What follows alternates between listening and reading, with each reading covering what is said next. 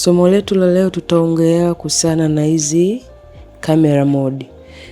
Basic camera mode ambazo as beginner unatakiwa kuzielewa. Usizikariri, unatakiwa kuzielewa ni hizi hapa, ziko 4. Ya kwanza ni manual mode. Manual mode ni mode ambayo wewe mpiga picha una seti kila kitu mwenyewe manually. Ukitaka kupiga picha, kila kitu unakuta kinajiseti mwenyewe. Wewe mwenyewe unaweza kuchange hizi setting. Hizi setting zote una seti mwenyewe. Hii ni manual mode. Ukiona hata ukijaribu kupress button, unaona kabisa hizi setting zinaenda. Hii ni mode ambayo wewe kama photographer unatakiwa kuseti kila kitu mwenyewe.